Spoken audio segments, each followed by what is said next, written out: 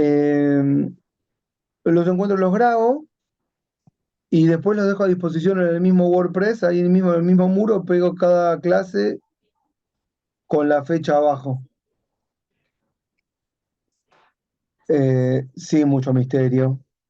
Y después sobre el final les mando preguntas y sobre los temas y ya.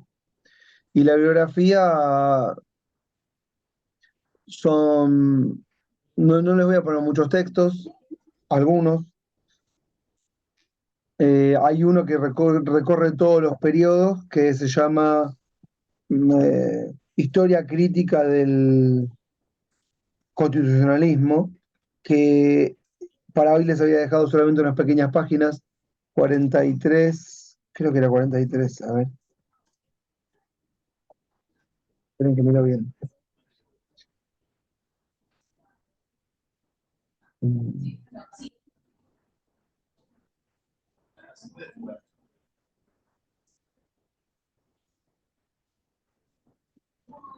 51, perdón, cualquier cosa dije, 51, 58, junto de este texto que se llama Un largo termidor. Ahí se ve. Que lo dejé ahí, está todo ahí. Em, y después, este libro tiene un capítulo para la Revolución Francesa, un capítulo para la independencia en Estados Unidos, otro para la Revolución Inglesa. Tal vez la primera clase o las primeras dos ni llego porque la historia del constitucionalismo la arrancamos desde antes. Arranca en el siglo X más o menos.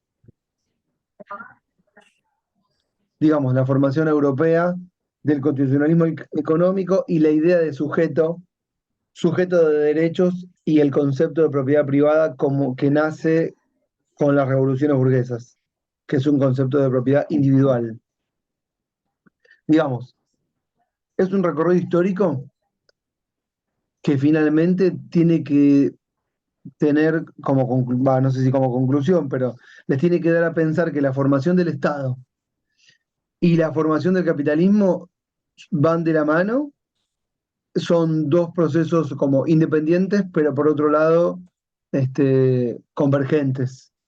Lo digo porque hay otros lugares en donde las relaciones económicas se dan de la mano junto con las relaciones eh, de gobierno o de poder. Es decir, quien gobierna, gobierna las instituciones de gobierno y también gobierna la economía. En cambio, en el proceso capitalista, el gobierno económico, que es de la burguesía, se va dando en paralelo a las instituciones de poder y hay un momento que estalla todo, es el momento de las revoluciones. Entonces, ese proceso europeo es distinto de otros procesos. ¿Entienden eso que estoy diciendo? Y cuando, cuando el proceso revolucionario estalla, 1600, lo que va a emerger de ahí es el concepto de constitución, además de la constitución. Entonces, ¿En dónde estalla este proceso? Perdón que lo pregunte. no, pregunta lo que quieras, mejor que me hablen. Si me hablan, soy feliz. Contame. ¿En dónde estalla este proceso? O sea, ¿dónde estalla este proceso constitucionalista? Y ¿En el bueno, 1600? más o menos, te diría que sí, 1600. O sea, el primer gran evento, o sea, hay manifestaciones previas, vamos a ir trabajándolas, pero digamos, el primer gran estallido que tiene como narrativa, como discurso, el discurso de la modernidad capitalista, porque hay otros conflictos previos, rebeliones, manifestaciones, hechos políticos importantes, pero que no tienen una narrativa, un discurso que va a posibilitar después la existencia de un constitucionalismo de mercado, ¿se entiende? Es decir, había problemas sociales, pero que de repente se solucionaban o no, sí, se solucionaban en el sentido de que el estallido era aplacado o terminaba siendo otra cosa, pero no un modelo capitalista de mercado con una constitución que vendría a ser de alguna manera la bandera de la burguesía. Y ese proceso sí estalla en Inglaterra en el 1600. Y bueno, empieza ahí y no termina. O sea, tiene todo el siglo XVII, 1600, que es el periodo de las revoluciones inglesas, muy sangrientas, que terminan con el enaltecimiento del Parlamento. No sé si conocen a un teórico que se llama John Locke, el padre de la filosofía liberal. ¿Lo tienen o ni en pedo? Bueno, eso termina en 1698. O sea que todo el siglo XVII completo. Y después tenemos la independencia de Estados Unidos, que transcurre en el siglo siguiente, junto con la Revolución Francesa, también en el siglo siguiente, pero que ya tienen un montón de otros componentes. Y les diría la verdad, ahí ya se me acaba el tiempo. Me tarda tanto en explicar tantas cosas que no llego a más. Eh, y sobre eso van las preguntas, las califico, y se componen esta nota junto con el resto de las otras notas de la doctora Sagüez y de las otras dos docentes, es Nadia y Soledad. Ya tuvieron clases con Nadia, creo, no sé si con Soledad. Y como yo ya vi que ellas trabajan en otros temas que tienen que ver con las problemáticas actuales, y como también tenemos libertad para elegir los temas, yo digo, bueno, vamos con esto que les va a dar una buena base. No sé si una buena base, no sé si una base sería el término. Les sirve para pensar, básicamente. Pensar críticamente, para pensar si les molesta lo que les digo o no. Eh, no manda bien el wifi. Bueno, no hay problema, no hay problema. Este, para. Y a cámara prendí y le puse que de la facultad manda. ¿Qué me decía, Agustina? No entendí, no importa. Eh, sirve para que reflexionen, les diría, en un momento en donde hay muy poca reflexión. eh, y me animo a decir muy poca racionalidad, pero bueno, tampoco sé si es deseable la racionalidad, ya no sé ni qué pensar. Pero bueno, poca reflexión hay poca reflexión. Se lee poco, ¿correcto? Este, se lee acartonadamente, y la idea cuando terminen es que se queden pensando cómo se formó todo esto. La idea de sujeto, la idea de individuo, la idea de propiedad, la idea de constitución, la idea de Estado, ¿sí? Y que les permita pensar las actualidades, por supuesto, ¿no? Si no entienden nada, me preguntan, como Agustín, no, no nada, Agustín me dijo dónde empezó todo, pero así como Agustín me preguntó, quien tiene preguntas me dice, sobre todo, que la clase es para ustedes, ¿sí? Eh, bueno, ¿qué les dejé? Además de esas pequeñas páginas de Pizarello, eh, les dejé un texto de José Pablo Feynman, que son dos clases de un curso de filosofía que se daba en la televisión en el año 2003, en el canal Encuentro, y son las clases 1 y 2, y empiezan con Descartes, el sujeto capitalista, esa es la clase número 1. Y también les dejé un texto de una historiadora mexicana que se llama... Ah, no, no es mexicana, perdón, es americana, cualquier cosa. Eh, Cynthia Stokes Brown, ahí lo pongo. Les dejé dos, tres capítulos de acá, que se llama Del Big Bang a nuestros días. Gran historia. Solamente, no sé bien desde qué página les dejé, pero me parece que creo que desde los mongoles. No estoy seguro si el capítulo 10 o el capítulo 11. Pero son pocas páginas, ¿eh? Sí, creo que les dejé desde el año 1000 hasta hoy.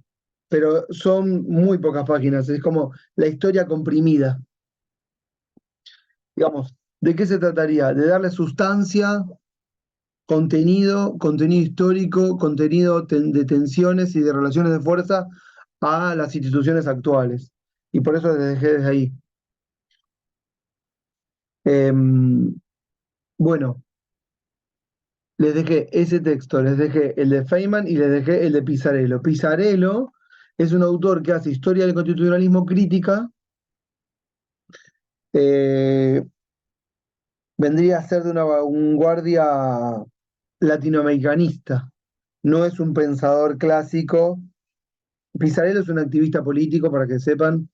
Fue vicealcalde de Barcelona, vive en Cataluña, es argentino, se exilió o se fue después del 2001, estuvo en Ecuador, eh, y piensa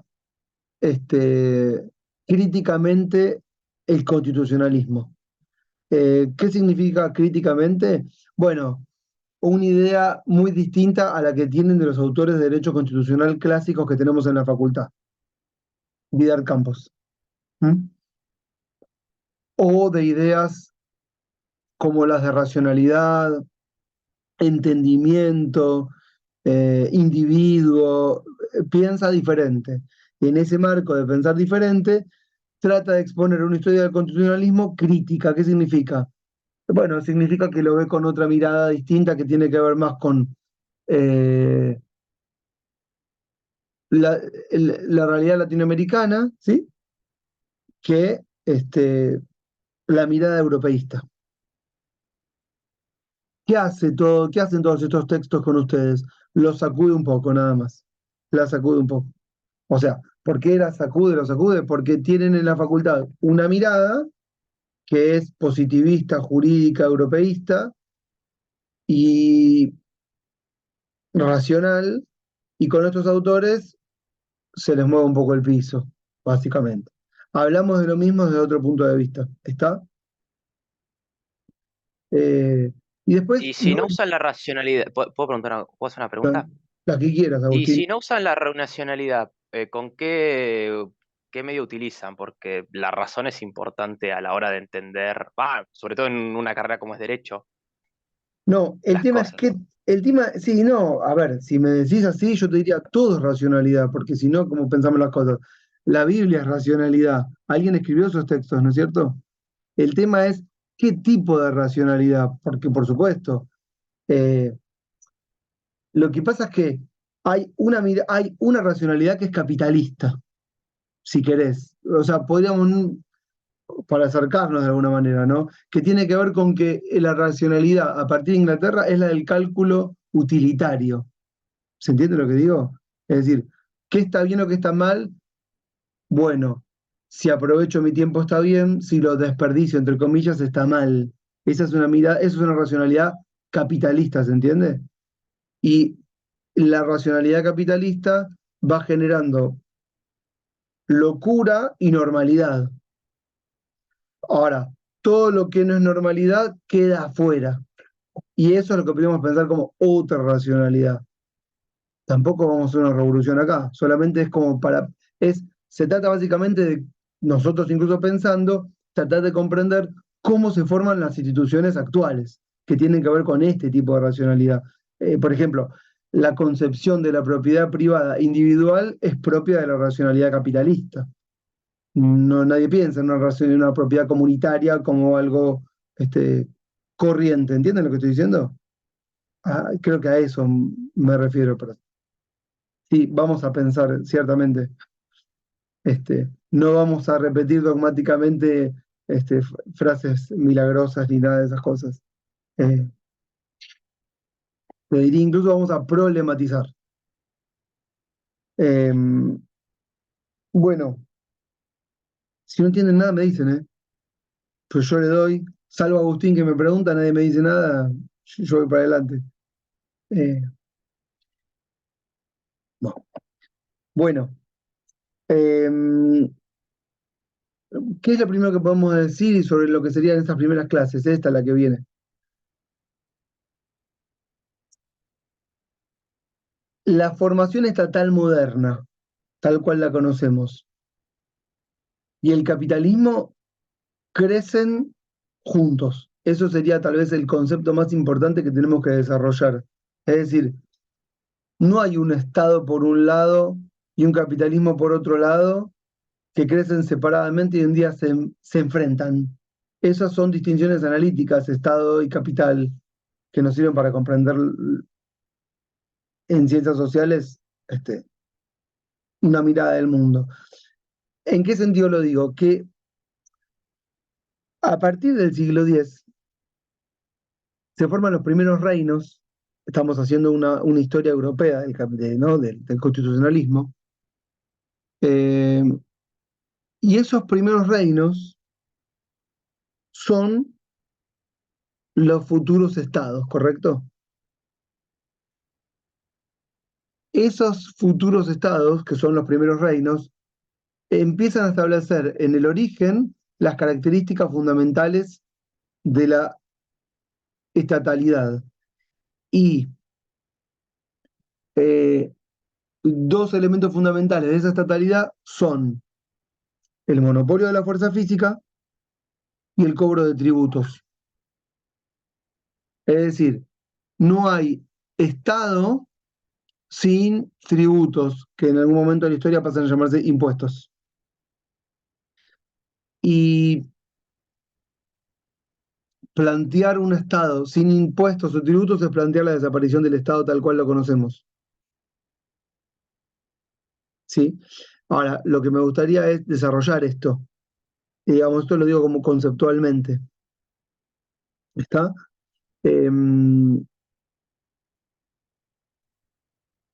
Más o menos hacia el siglo X, después de la caída del Imperio Romano, y están los merovingios, y están los carolingios en el 800, bueno, hay un momento en que en algunos lugares de Europa, algunos nobles establecen dentro de su territorio una nobleza un poco más importante que las demás y declaran que ese territorio es un reino y tienen que proteger ese reino, ¿sí? Y asegurar para sus súbditos, digamos, no un cierto bienestar, pero un control del territorio y un pago de tributos a ese reino para que garantice una mínima seguridad. ¿Qué tipo de tributos? Bueno, producción agrícola, ¿sí? Es lo que llamamos un sistema de producción feudal. ¿Mm? Eh, y tenemos así, bueno, muchos lugares, muchos desaparecieron, quedaron las capitales importantes, en las que el rey establece una relación directa con sus súbditos a partir del pago de tributos, la seguridad y un control del territorio con un pequeño ejército que principalmente al inicio es totalmente indisciplinado y que con el tiempo pasa a ser un ejército disciplinado y moralizado. Moralizado significa convencido de que pertenece a ese reino. Por supuesto que son pequeños, pero lo que tienen como característica a partir del siglo X y sobre todo como hasta, ubíquense gráficamente desde el 1000 hasta el 1350, eh, tienen vocación expansiva. ¿Qué significa? Que empiezan a ampliar el control del territorio en especies de anillos concéntricos cada vez más grandes y más amplios respecto de la capital. ¿Sí? Y en ese proceso de expansión, bueno, empezamos a tener lo que serían desplazamientos territoriales, migraciones, eh, acumulación de cuerpos en los conurbanos del reino, Los anillos conurbanos significan los lugares donde se vive mal alrededor de una ciudad amurallada donde vive el rey y las autoridades, que viven bien, ¿sí? Y eso genera una doble dinámica. Por un lado, la necesidad de las autoridades administrativas de controlar eh, las rebeliones que se pueden dar al interior de las nuevas ciudades. Y por otro lado, la expansión hacia afuera con ejércitos cada vez más poderosos. Esto de alguna manera empieza a crear por parte de la administración seguridad interna y defensa externa, ¿sí? Lo que serían ahora Ministerio de Seguridad, Ministerio de Defensa. ¿Siguen?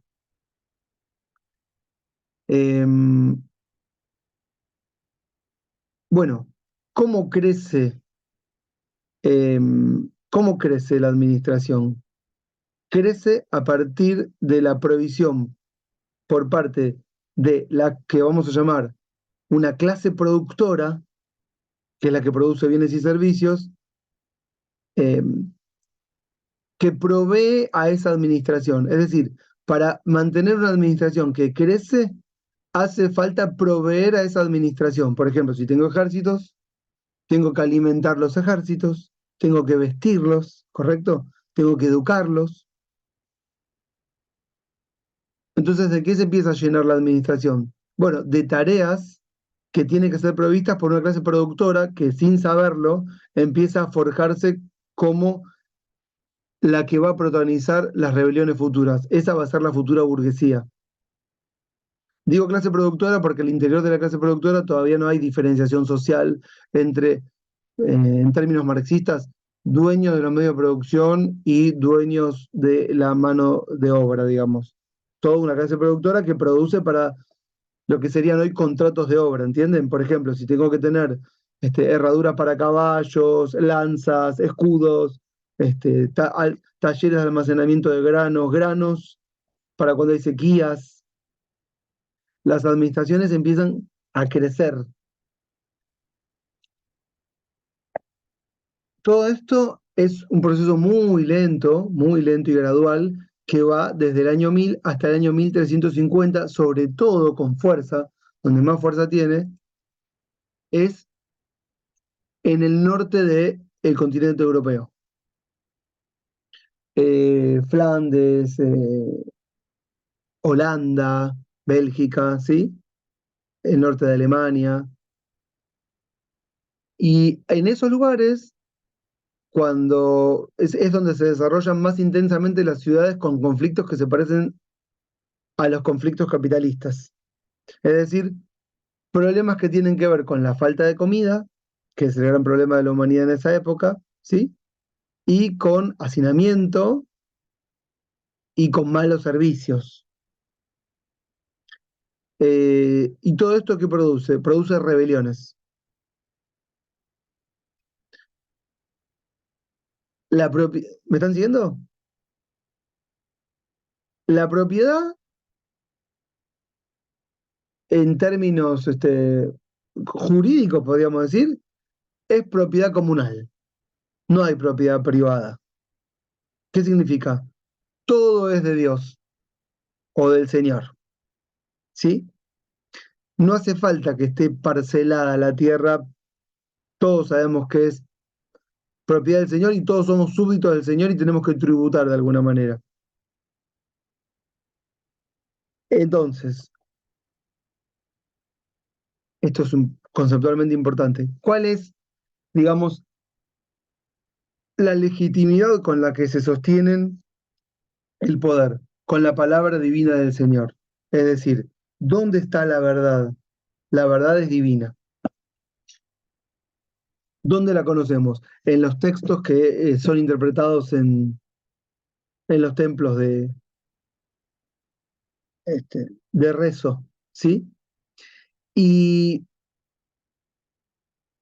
en ese sentido, la disputa, si hay que hablar de relaciones de fuerza, en esta expansión que tienen los reinos, se da entre el papado, que es el representante de Dios en la tierra, y los diferentes nobles que controlan porciones de territorio. y que al interior de esas pequeñas porciones de territorio forman unidades estatales con las características modernas de las unidades estatales. ¿Siguen? Es decir, unidades estatales que se sostienen no porque son estados soberanos, sino porque tienen, de alguna manera, la legitimidad papal. ¿Mm? Cada uno de estos pequeños estados eh, van formando entre sí una especie de liga de familias de estados. Familias en el sentido familiar que conocemos actual, de parentesco. Por eso hay estados que se forman por conquista o estados por arreglos matrimoniales, ¿sí? O hereditarios. Y la lógica en la Edad Media es una disputa entre, la lógica, digamos, de poder, es una disputa entre familias por conquistar la mayor cantidad de territorio posible. Al interior de cada uno, cada gobernante tiene los problemas que tiene cualquier administración, hasta las actuales de hoy. Cómo controlar situaciones de desborde en la que la gente vive mal. Tal vez lo que sí tenemos que tener en cuenta es que no somos considerados sujetos de derecho. Eso no. Es decir, todas las personas que están al interior de un reino son súbditos del Señor y deben obediencia al rey. Nadie es sujeto de derecho, con lo cual reclamar a las autoridades por un bienestar se transforma en un problema. ¿En qué sentido? En que no tenemos las herramientas o las banderas de lucha. ¿Qué significa? No se me ocurre exigir bienestar, porque no soy sujeto de derecho. Entonces, ¿cómo es la vida eh, de los súbditos en la tierra durante el periodo feudal? Bueno, están esperando entrar al reino de los cielos, vamos a decir. No sé, eso es en el catolicismo, en otras religiones no sé. Yo igual soy judío, pero no sé cómo sería tampoco, no tengo idea. Eh, y a nadie se le ocurre reclamar por mejores derechos, porque nadie es considerado sujeto de derecho, ni tampoco nadie es considerado individuo. Eso es un concepto moderno que vamos a trabajar con el proceso inglés. Entonces, ¿por qué es difícil rebelarse? Porque es difícil generar discursos que permitan una rebelión. Es decir, no somos conscientes, tal vez, de una pobreza que podríamos padecer. ¿Siguen esto que estoy diciendo? Si no sé que soy pobre, no voy a luchar para salir de la pobreza. Si no sé que puedo tener mejores derechos, no voy a pelear por mejores derechos.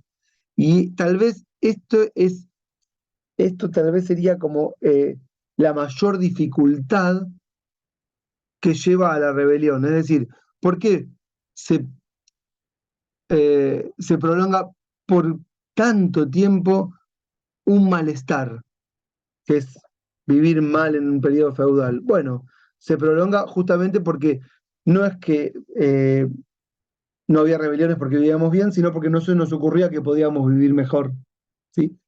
Y todo esto es lo que va a estallar con las revoluciones burguesas. Eh, Ahora, en el mientras tanto, les estaba contando, hay como causas principales que empiezan a motorizar nuevas, vamos a llamar, narrativas. Eh,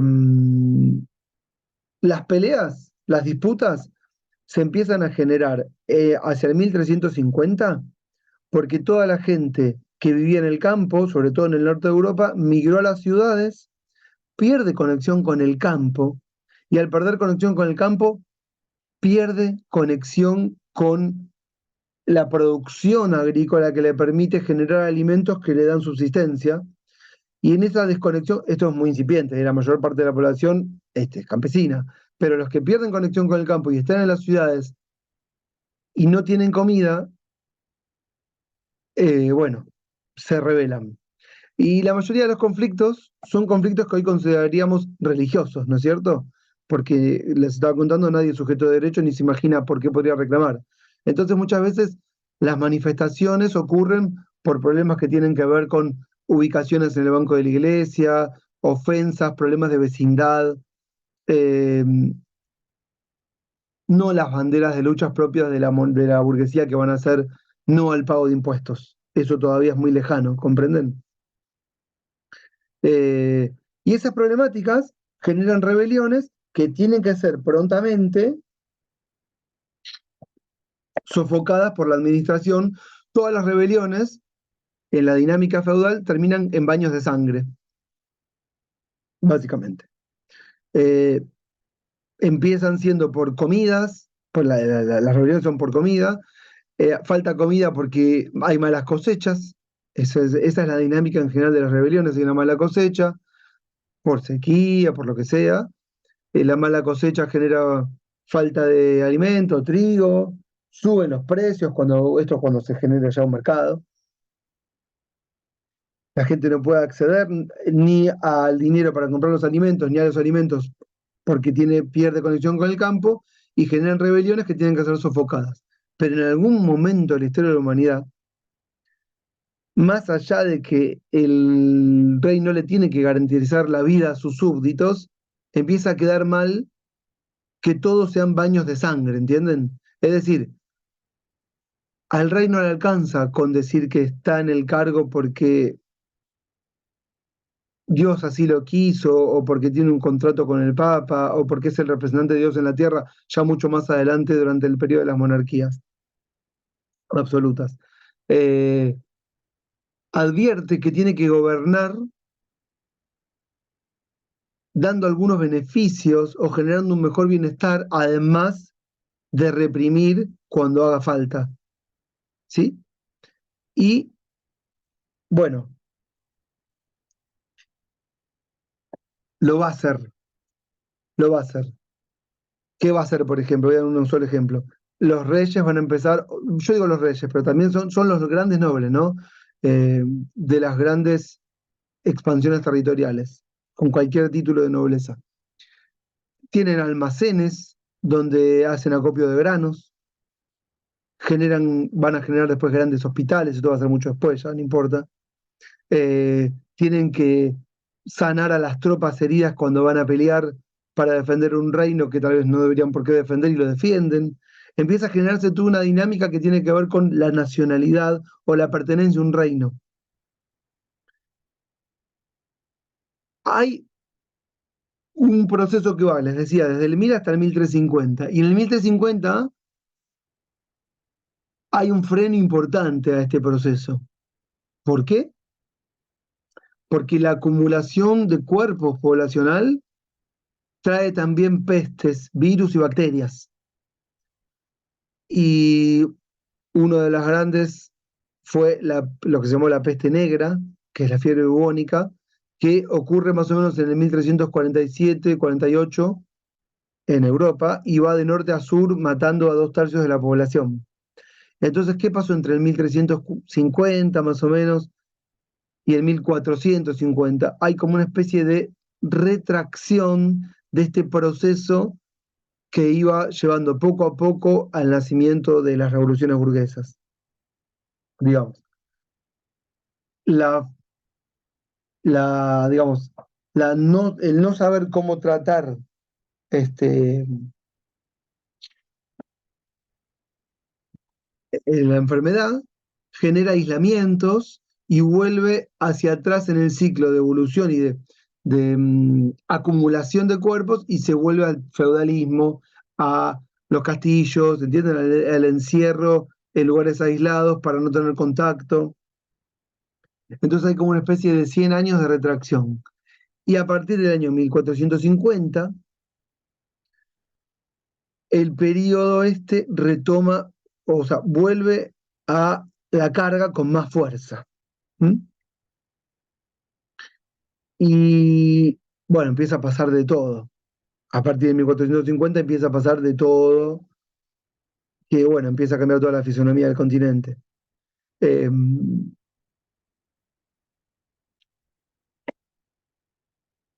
Hacia el 1450 tenemos ya grandes reinos constituidos, ¿sí? Las guerras son guerras importantes. ¿Por qué? Porque grandes reinos constituidos implica grandes ejércitos. Los tributos, que podían ser al inicio tributos temporales, pasan a ser tributos regulares. Por ejemplo, el primer tributo creo que yo tengo anotado con un libro, por lo menos en la historia de Francia, es en el año 1316. Un rey, creo que es Felipe el Bello, pero no estoy seguro porque no lo leí justo para esta clase, pero no importa. Convoca a lo que serían los estados generales. ¿Saben que no sé si es 1356? Bueno, no importa, más o menos es estas fechas, que es una institución en la que se reúnen los representantes del reino, eh, la burguesía, el clero, la nobleza, todavía burguesía en ese entonces no creo, y crea un tributo para sostener una guerra contra el imperio inglés, ¿sí? Estos tributos que empiezan siendo, como os decía, puntuales, para hechos puntuales, empiezan a ser regulares y nunca más van a desaparecer. Bueno, ¿quiénes pagan los tributos? Son impuestos directos a los productores, a los que generan ganancia, no ganancia, a los que generan riqueza, perdón, que es la futura burguesía. ¿Por qué digo futura burguesía? Porque tal vez al inicio no se identifican como tal. Es decir, son clase productora, ¿sí? Que produce riqueza, pero no es consciente de su, vamos a llamar, condición de clase. ¿Por qué? Porque no aspira a la clase burguesa a ser clase burguesa. ¿A qué aspiran? A ser nobles. ¿Entiendes esto que estoy diciendo? ¿Cuál es la mayor aspiración? La mayor aspiración para pertenecer, entre comillas, a un núcleo de poder es ser noble. Entonces, toda esta clase productora, de esta clase productora se desprenden aquellos que son más poderosos en cuanto a que controlan la producción, controlan esclavos, controlan obreros, controlan siervos y controlan territorio. Bueno, como mayor aspiración es comprar los títulos de nobleza para pertenecer a la élite gubernamental o a los sectores de poder de gobierno. Eh, y bueno, de hecho la burguesía compraba los títulos. De hecho, incluso empieza a aparecer sobre el final, antes de la revolución, es una distinción entre aquellos que tienen los títulos por sangre y otros que tienen el título comprado. Esto lo genera así la nobleza de sangre para diferenciarse de la nueva nobleza, ¿entienden? Entonces, no aspiran a ser una clase que lidere y que revolucione. Esto va a ser posterior.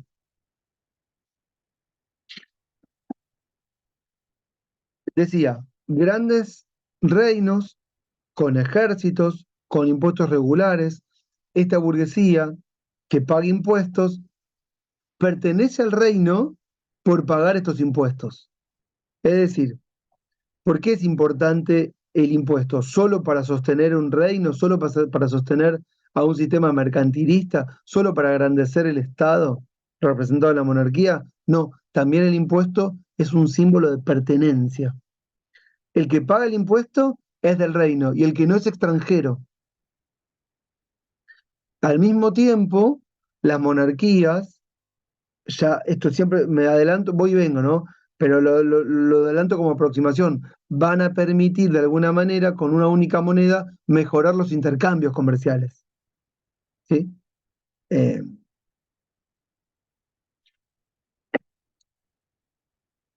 entonces, digamos, la dinámica impositiva que nace en el siglo X para sostener una monarquía y para asegurar seguridad, valga la redundancia, tiene un montón de efectos. ¿Por qué paga el burgués? Por seguridad. Paga por su seguridad. Porque si no, ¿qué hace? Se defiende solo el burgués. Tiene su ejército, que son sus obreros, sus esclavos, sus súbditos, ¿correcto? O sea, tiene su propia seguridad privada y no necesita que alguien le asegure la propiedad.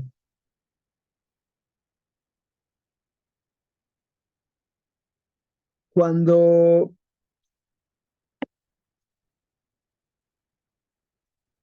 Las peleas son, vuelvo, digamos, si tenemos que poner el periodo feudal en tapa de diario, las peleas son entre nobles y las guerras son guerras entre nobles, ¿correcto? La burguesía todavía no es protagonista, no sale en tapa de diario. Cuando se producen estas guerras, el ejército que se expande es para conquistar otro territorio que no gobierna. Y no es que la monarquía que se expande controla el territorio a la distancia, porque gobernar a la distancia es muy difícil. Entonces, ¿qué es lo que hace en la expansión, en la conquista? Se alía la monarquía o la nobleza de un territorio con la burguesía del territorio enemigo. ¿Entienden? Por ejemplo, si yo estoy en un territorio A y tengo que conquistar un territorio B, en ese territorio B hay un Estado funcionando, hay una nobleza que funciona y una burguesía que tributa impuestos a esa nobleza. ¿Qué hace el que se va a expandir? El que se va a expandir le promete a la burguesía local pagar menos impuestos a cambio de la misma seguridad. ¿Entienden lo que estoy diciendo? Es decir, necesita la monarquía o la nobleza o el Estado para expandirse la connivencia de las fuerzas locales del territorio nuevo. ¿Y qué es lo que hacen los nobles cuando se expanden y ganan esas batallas? Le aseguran a esa burguesía del territorio local, del nuevo territorio, le aseguran una especie de gobierno local por sus propios medios. Es decir, las, los nobles pactan con la nueva burguesía del territorio vecino que para todas las cuestiones locales, la burguesía se va a autoorganizar en un, escuchen ahora que esto es muy importante, en un parlamento que va a ser la casa de la burguesía, ¿sí? Y van a tributar a la monarquía más lejana, pero van a dejar de tributar al noble local. Entonces, de esa manera, el reino expande sus fronteras y al nuevo territorio lo va a llamar ciudad liberada. Entonces, ¿qué van haciendo los estados en su expansión? Van, entre comillas, liberando ciudades y van generando en cada ciudad liberada un parlamento que empieza a ser, y así se llamaban, la casa de la burguesía local. Entonces lo que empezamos a tener ahí es toda una nueva dinámica que no se va dando poco a poco con el tiempo, que no es entre nobles contra nobles, sino que es mm, monarquías centrales y burguesías con parlamentos que se representan y que empiezan a tener una especie de identificación en cuestiones locales. Agustín, vas a Profe, decir algo. ¿tiene algún Dale, ejemplo? Ah, dale, ¿tiene dale, algún dale. ejemplo histórico de esto? Ah, perdón. ¿Tiene algún ejemplo histórico? Va, más que nada para ponerme en situación. Mira, te voy a decir la verdad, no, porque, viste, cuando di esta clase tantas veces, dejé de prepararlas y entonces antes tenía mucha información y ahora no. Tengo acá los libros encima y quise leer para antes de arrancar y no pude. Entonces no tengo ahora ejemplos que no me acuerdo. Honestamente no me acuerdo, pero te busco para más tarde, para cuando termine, porque si me pongo a buscar ahora, Ah, está bien, no, no pasa nada, por favor, siga la clase, no. este, Es una sí, cuestión porque para mira, tengo todo este libro mamotreto apuntado y no preparé nada. Entonces, si yo te puedo, no me acuerdo ahora puntual, pero después sí te busco porque incluso yo quería munirme de información para tener más dato concreto, pero como en general nadie me pregunta nada, Agustín, te soy sincero, como que me desincentivé a tener la información, pero después te busco con gusto. Este, Igual el texto daba, por lo que ah, recuerdo bastante, por lo menos los que había pasado a ver, dan un par de ejemplos. contame que no me acuerdo. Lo tendría que buscar, pero me acuerdo que habían. Si me da un segundo los busco y Dale, comparto alguno. mientras yo hablo, meteme data, pues, porque no me acuerdo nada ahora. ¿Sí? Este, sí, me dejaste pensando. Este, tantas cosas. Bueno, perdón, me quedé pensando en la pregunta que estaba bien. Bueno, ya fue. Después busco tranquilo. Claro, estas ciudades liberales, igualmente casas de la burguesía, en el futuro sí vamos a tener, sí o sí, sí concreto, pero ya es mucho más adelante, las 13 colonias americanas, lo vamos a ver. Ahí en cada colonia, pero esto es muy adelantado, ¿eh? Por ejemplo, la casa de Rhode Island, la casa de Virginia, ¿sí? Eh, Son casas de burguesías, pero ya súper desarrolladas, que son las que van a generar el hecho revolucionario en Estados Unidos. Pero no sé, por ejemplo, mira, me acuerdo una, en el año 1600 y pico, me acuerdo que el papá de Montesquieu estaba en Bordeaux, y era el Parlamento de Bordeaux, que era la casa burguesía, se escribe Bordeaux, que es una ciudad francesa. Otra había en Rennes, otra en Nantes, si no me acuerdo mal, eh, pequeñas casas de la burguesía, pero no me acuerdo, no conozco el hecho concreto en donde decir, bueno, este día se formó acá este parlamento. Eso es lo que te digo. Bueno, ¿qué decía? Que todas estas relaciones estratégicas entre monarquía y nuevas casas de la burguesía va generando de a poco, muy lentamente, al nuevo sujeto protagónico, que es el burgués, que sigue comprando títulos nobiliarios, pero que en algún momento de la historia va a empezar a subestimar esos títulos. Es muy importante, pero cuando vos dejás de subestimar el título es que ya no te importa pertenecer a ese sector y has creado como un vas a generar un nuevo sujeto revolucionario y un nuevo órgano de gobierno. Y ese es el hecho revolucionario que nace en la idea y que después se va a manifestar materialmente en la batalla. Eh, bueno, el año 1400, esta dinámica del año 1450 tiene otros elementos que son fundamentales. Les decía, para que nazca una nueva narrativa, ¿a qué me refiero con narrativa? Un nuevo discurso. Y le voy a especificar un poco más. Un nuevo discurso que sea antagónico al discurso del soberano. Eh, la soberanía tiene el discurso de la soberanía, que es la verdad oficial, ¿correcto? Que también es la forma de legitimar el ejercicio de poder. Y para que nazca una nueva que se contraponga a esta, una nueva bandera, una nueva idea, un nuevo sujeto protagónico, es necesario, de alguna manera, que la narrativa vigente empiece a, de alguna manera, decaer por algún motivo. Y tal vez ahí empezamos a encontrar en el periodo que vamos a llamar del Renacimiento los elementos materiales que empiezan a generar este decaimiento. ¿Por qué elementos materiales? Bueno, porque dentro de las invenciones el periodo del Renacimiento es 1450, 1480, 1500, es el periodo en el que empiezan a aparecer nuevos inventos, en que la mirada empieza a ser la mirada de Dios y empieza a ser la mirada del hombre, el hombre como el centro del universo. Este, el cuadro de Leonardo da Vinci, vieron que donde muestra los brazos y las partes del cuerpo, hay como una mirada hacia el interior, ¿correcto? Este, también es un periodo de invenciones, de nuevos descubrimientos, de pensar que se puede controlar la naturaleza.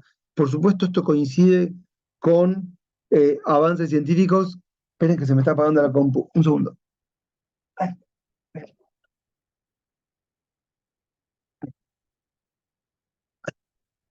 Que tienen que ver con que muchos empiezan a descubrir que el mundo es redondo, básico, pero bueno, no era tan em, evidente, pero se sospechaba o se sabía, aunque no se decía. Empiezan a pasar nuevos inventos. Uno de esos inventos, decía, va a ser la imprenta,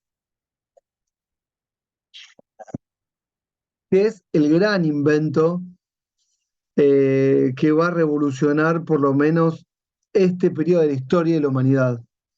Bueno, los chinos ya habían inventado la imprenta, pero estamos hablando de la historia europea. Eh, sí, de Oriente no sé nada. Eh, digo por las dudas. ¿Qué provoca la imprenta? Bueno, además de todo lo que tiene que ver con la producción, de como cualquier invento, ¿no? Un invento nuevo genera nuevas técnicas de producción, nuevas dinámicas. La imprenta va a generar, bueno, la producción de papel, o el tipo de papel que se usaba, la producción de tinta, la creación de puentes y caminos con mayor celeridad para la circulación de los textos, ¿sí? Entonces genera nuevas dinámicas, nuevas construcciones, nuevas uniones, mejores formas de traslado, de circulación, pero a la vez de todo esto, que es fundamental, la imprenta lo que también genera es mucha producción de textos, sobre todo la Biblia, que es el texto por excelencia porque contiene la verdad, que empieza a circular. Y la circulación de la Biblia empieza de alguna manera a generar la inquietud en cada uno de los súbditos de Dios en querer conocer esa verdad, ¿sí? ¿Y qué es lo que va a producir este querer conocer la verdad? Bueno, fundamental, la necesidad de alfabetizarse. Es decir, la mayor parte de la población era analfabeta. Básicamente no sabía escribir su nombre. Esta necesidad de tener la Biblia en la mano y no poder leerla, bueno, genera mucha impotencia por un lado y genera mucha necesidad de alfabetizarse por otro lado, pero lo más importante, esta incipiente alfabetización, de pocos, pero de algunos por lo menos, empieza a minar el poder de la iglesia, que es su arma fundamental, la palabra de Dios. ¿Por qué? Porque a partir de la circulación de la Biblia, todos pueden leer la Biblia de manera individual. Y esto va a ser un cambio fundamental. Primero, porque empieza a aparecer la idea de sujeto individual, ¿sí? Empieza a aparecer la idea de poder interpretar la palabra del Señor por uno mismo. Eh, empieza también lo que va a ser lo que vamos a llamar la lectura silenciosa. La lectura antes era en voz alta porque nadie sabía leer. La reflexión, el pensamiento. Lo que después vamos a llamar, por supuesto, la racionalidad. No es que no existiera, pero bueno, como lo empezamos a entender ahora.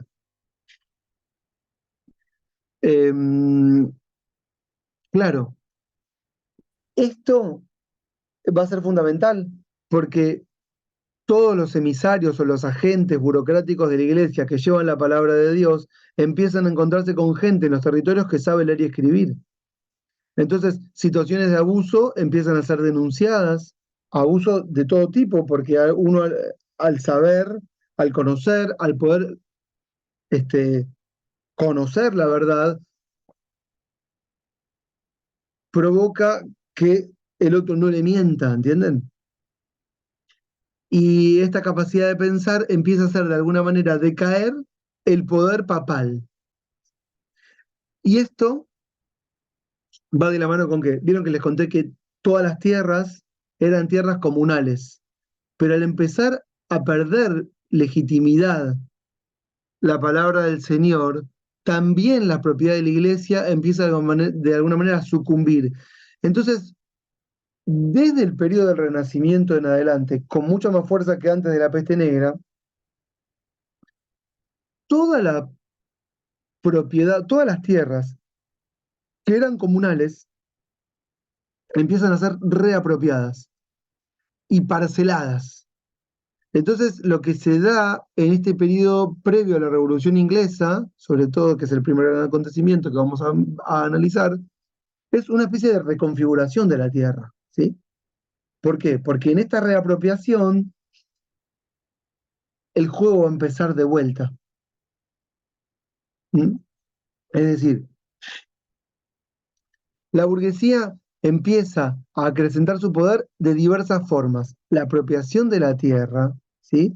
El control de la producción, el control y la defensa de su territorio, armarse, rivalizar con la monarquía, que ya no la ve como un aliado, la empieza a ver de a poco como un enemigo. ¿Mm? Todo esto empieza a configurar el enfrentamiento futuro entre una clase, vamos a llamar, empoderada en cuanto a sus posesiones, sus convicciones, y una monarquía absoluta, con ejércitos fuertes, ¿sí? Que tiene una narrativa que tal vez que no, ya no le es totalmente favorable, que es la idea de Dios. No se puede seguir gobernando en nombre de Dios. O eso no va a ser suficiente a partir de cierto momento. Entonces, de alguna manera, se empieza a crear el gran enfrentamiento entre un discurso del rey y un discurso que viene desde abajo, que es el discurso contrario al del soberano. Pero todo esto es un proceso, como decía, lento, en el que cuando el empoderamiento ya es muy notorio, la narrativa surge sola. ¿Cómo se da este proceso digamos, decadencia de la iglesia? Bueno, la primera gran manifestación va a ser la aparición en el norte del continente europeo de una figura muy conocida que se llama Martín Lutero, no sé si lo tienen de nombre por lo menos. En el año 1515, este señor, eh, sostenido por príncipes que gobiernan lo que sería hoy Alemania, ¿sí? Va a escribe mucho, dentro de todas las cosas que escribe unas tesis, unas 95 tesis, son las famosas 95 tesis de Lutero, si buscan en Google, y dentro de esas, una es muy importante, es la que dice que la Biblia tiene que ser escrita en la lengua de cada uno para que cada uno pueda leerla por sí mismo. ¿Por qué? Porque circulaba en latín. Entonces, de la imprenta, 1480 a 1515, la revolución luterana va a dar lugar a lo que vamos a llamar el periodo de la Reforma, que es la reforma dentro de la Iglesia Católica. Y abre una etapa en la historia de la humanidad que es lo que ustedes pueden leer como el periodo de las guerras de religiones, que son básicamente guerras entre católicos y protestantes. Que si lo miramos, como decía antes, en los diarios de la época, eso es lo que sale como guerras entre católicos y protestantes. Pero ¿qué hay de fondo? De fondo es la disputa por el control del territorio ante la pérdida de poder del papado central y su organización territorial y sus lazos agenciales, que son sus curas y sus emisarios que llevan la palabra del Señor a todos lados. Entonces, ante la pérdida de esa legitimidad, la conquista del territorio y la nueva disputa. Y entonces en ese marco, todos los nobles empiezan a tomar partido por una u otra religión. O el reino es protestante o el reino es católico, ¿sí? Pero en realidad están peleándose por el territorio. Monarquías, grandes nobles y burguesías que sostienen a esos ejércitos. ¿Comprenden?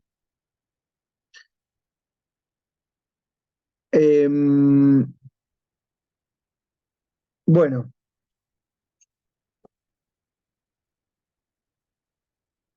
básicamente este sería el mapa. ¿Qué tenemos hacia... Bueno, a partir de 1515 que empieza esto, empiezan las grandes rebeliones. En 1525 hay una gran rebelión, justamente en el norte de Alemania, liderada por un señor que se llama Thomas Münster, que se va a llamar la Guerra de los Paisanos, En 1575 otra que se llama la masacre de San Bartolomé. Son grandes masacres, motivadas por grandes enfrentamientos que recorren el continente, porque aparece toda esta nueva posibilidad de pensar. Entonces aparece el protestantismo, el calvinismo, el luteranismo, eh, que son de alguna manera, digamos, discursos contrarios a la monarquía católica, pero que tienen de fondo el problema social, el problema del hambre, el problema del hacinamiento, el problema del malestar en general. Ahora, no es, ¿me están siguiendo todo esto que estoy diciendo? Es decir, que hay un título por un lado y una cuestión, un trasfondo por otro lado.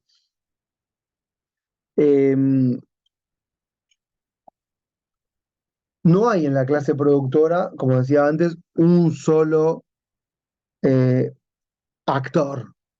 La burguesía empieza a ser gran burguesía, pequeña burguesía, ¿correcto? Los comerciantes son unos, los industriales son otros, no son todos lo mismo, ¿correcto? Tampoco los nobles son todos lo mismo. Algunos nobles se reconvierten y pasan a ser gran burguesía, otros terminan siendo acreedores y prestamistas del rey. Eh, las monarquías a todo esto se van desarrollando y van adquiriendo las problemáticas que tienen los estados actuales. ¿Por qué? Porque la economía empieza a ser una economía planificada por parte de un estado central sin un manual de economía. Tampoco es que un manual de economía ahora solucionaría los problemas, pero en ese momento tampoco había teorías económicas sobre las cuales asentarse. Están los grandes debates que van a aparecer junto con lo que en el periodo de las monarquías absolutas, si ser un Estado mercantilista o una monarquía, perdón, mercantilista, o la escuela fisiócrata que habla de la libertad de precios y sobre todo libertad del grano, o libertad de precios de los granos, y que circulen en una especie de esquema de natural. Ahí aparecen en el siglo XVII los primeros grandes debates economicistas, los primeros debates dentro, digamos, de lo que sería la teoría política. Ah, me olvidé, fundamental. En el 1480, perdón, no lo dije, esto es fundamental. 1490, perdón, ya se consolida, digamos, la unificación del territorio. ¿Por qué? Porque ya habían habido muchos viajes al Atlántico, no vamos a pensar que Colón fue el primero que descubrió América, pero en el periodo en 1492 son los portugueses y los españoles, por una mejor situación geográfica, los que van a consolidar la unificación del territorio y la conquista del continente americano. Entonces todo esto por el capitalismo genera una gran expansión.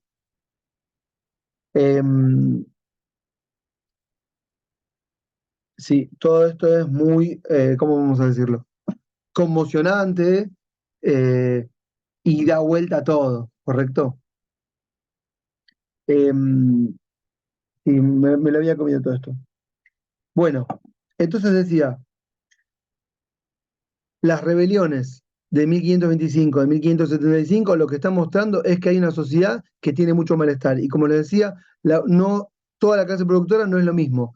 Hay una burguesía empoderada, que es la gran burguesía, y hay sectores que se rebelan, que padecen hambre, que padecen sufrimiento, que tienen sus propios intereses, pero que les va a ser muy difícil hacerlos valer, porque no van a tener, vamos a llamar, intelectuales que le generen una narrativa sobre la cual poder montarse.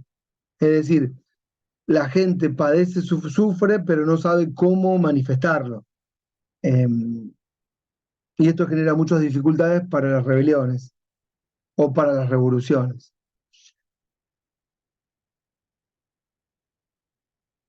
Hacia el 1600, las monarquías absolutas ya están totalmente consolidadas. Los estados son estados monárquicos mercantilistas. ¿Qué significa?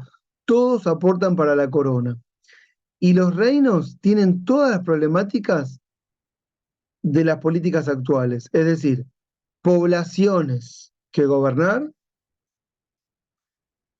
aglomeraciones, malos servicios, eh, pero con qué dificultad? Con la de que los reyes siguen gobernando en base a principios que son muy lejanos. ¿Por qué?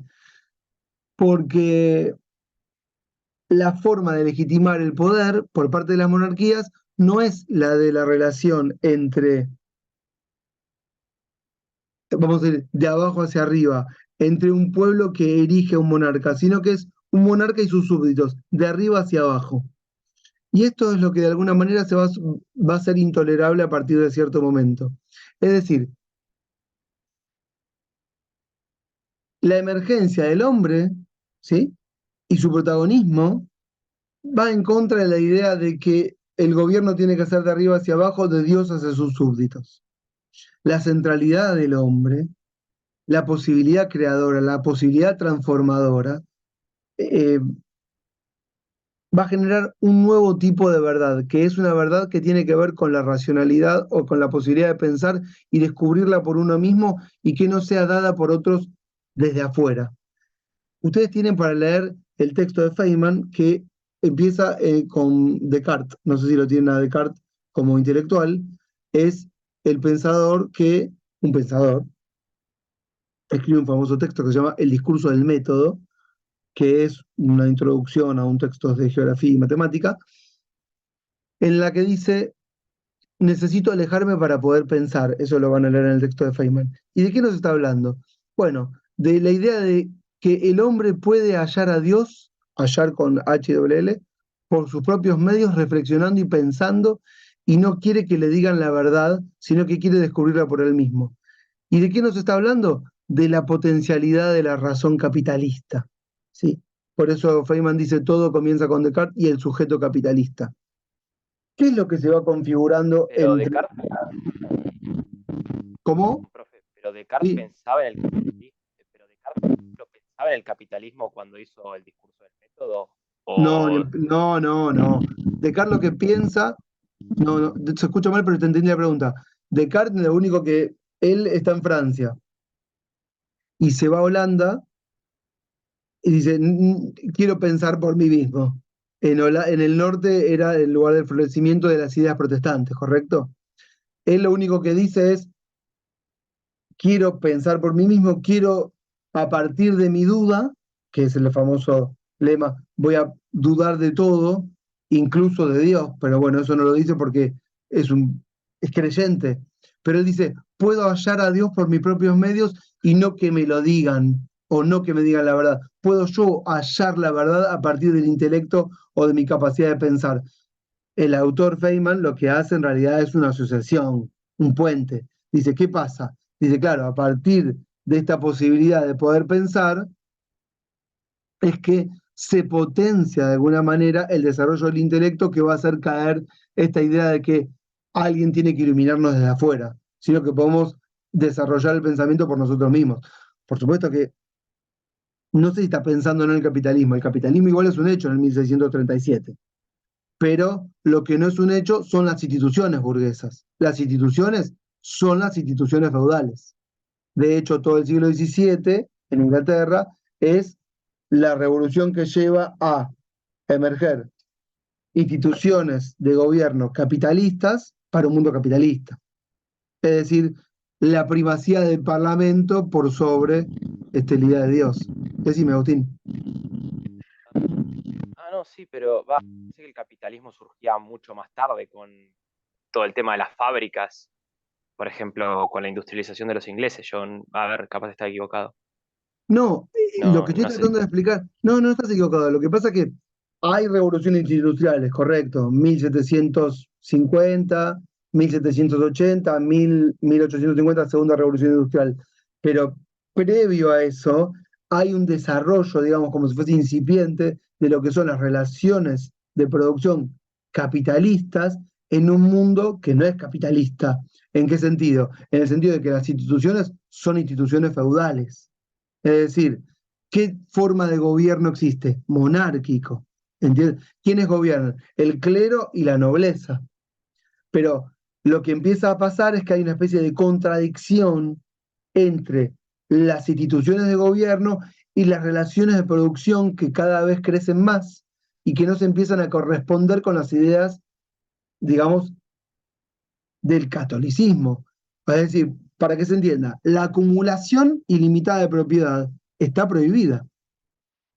Ese va a ser uno de los grandes hechos revolucionarios. Vieron que les nombré a Locke al principio, me parece que lo nombré. Es un intelectual que hacia el final de la revolución va a decir, la acumulación ilimitada está bien, pero al principio estaba, entre comillas, moralmente mal, ¿correcto? Entonces, el mundo, ¿cuándo se transforma en capitalista? Bueno, yo lo que estoy tratando de explicar es que, y para redondear ya que estamos, pues estamos en I-20, me tengo que ir yo también a la facultad. El mundo tiene una relación de producción feudal, ¿sí? Que es una economía de autosubsistencia al inicio, siglo X, vamos a decir, por poner una fecha. Cuando llega la revolución, 1600, con esto arrancamos la clase que viene, la producción capitalista está en auge. No es la producción capitalista que conocemos nosotros, por supuesto, pero las relaciones de producción cambiaron todas. La apropiación de la tierra, la creación de los tributos de manera constante, una administración que gobierna ciudades complejas con millones de habitantes. ¿Entienden lo que estoy diciendo? Una clase productora que necesita leyes que tengan que ver más con la acumulación que con la extracción o la confiscación de tierras o el pago excesivo de tributos. Es decir, hay toda una institucionalidad que no se corresponde con las relaciones de producción. Ahora, cuando la revolución se consagre, el capitalismo se va a potenciar. ¿Por qué? Porque las instituciones de gobierno se van a corresponder con las nuevas relaciones de producción que ya habían emergido, pero que de alguna manera el feudalismo, yo digo el feudalismo, la monarquía absoluta, impedía de alguna manera crecer en su plenitud. ¿Entienden lo que estoy diciendo? Entonces no es que no existía, pero no estaba desarrollado en su potencialidad, digamos. Y a partir del 1600 y 1700 se empieza a desarrollar ya está, con potencialidad, bueno, y nos va a llevar al mundo actual, ¿no es cierto? Las problemáticas del mundo actual son otras, pero lo que estamos tratando de ver es el nacimiento del sujeto capitalista en el periodo de formación del constitucionalismo. Si hacemos constitucionalismo económico, es básicamente la formación de los valores modernos, la propiedad individual, asegurar la propiedad por parte del Estado, la idea de que acumulación de la riqueza es lo que está bien, las ideas economicistas de que cada uno haga lo que mejor sabe hacer y eso va a generar mayor riqueza para todos, digamos, todos los valores liberales que se sostienen con el capitalismo liberal y con con las constituciones liberales de las revoluciones, nacen como idea antes de las revoluciones y con ellas se consolidan. Es decir, el constitucionalismo, si quieren, con esto cerramos, va a consolidar, el, perdón, el constitucionalismo como nueva forma de legitimidad del ejercicio de poder, esto lo desarrollo la vez que viene, va a consolidar unas relaciones de producción que ya existían, pero que todavía no tenían un marco adecuado. ¿Siguen esta idea? Buah, espero que sí. Lean los textos. Agustín, después me averiguo los ejemplos concretos de ciudades liberadas con parlamentos. Me va a servir a mí para Dale, tenerlo dale. como esquema. Y bueno, con esto estamos, no sé cuándo es la próxima clase, creo que es el lunes que viene, no estoy seguro. Y si es así, yo después les dejo el material de la Revolución Inglesa. ¿Está bien? Y después de que grabo la clase la dejo a No, disposición. gracias. Profe, una última consulta. ¿El trabajo práctico cómo va a ser? Más que nada, ya sé que va a ser en un futuro, pero No, tranquilo. ¿cómo va a ser planteado? si entras al último curso, viste que yo puse aquí, aquí, aquí, aquí, aquí, están todos los cursos anteriores. Entra al último y fíjate que ahí están las consignas. Ah, perfecto. Si Muchas no, gracias. si no es así, es parecido. ¿Listo? Nos vemos la vez que viene. Chao, gracias. Chau, chau. Hasta luego. Gracias. No, Chao, chao. no, por favor.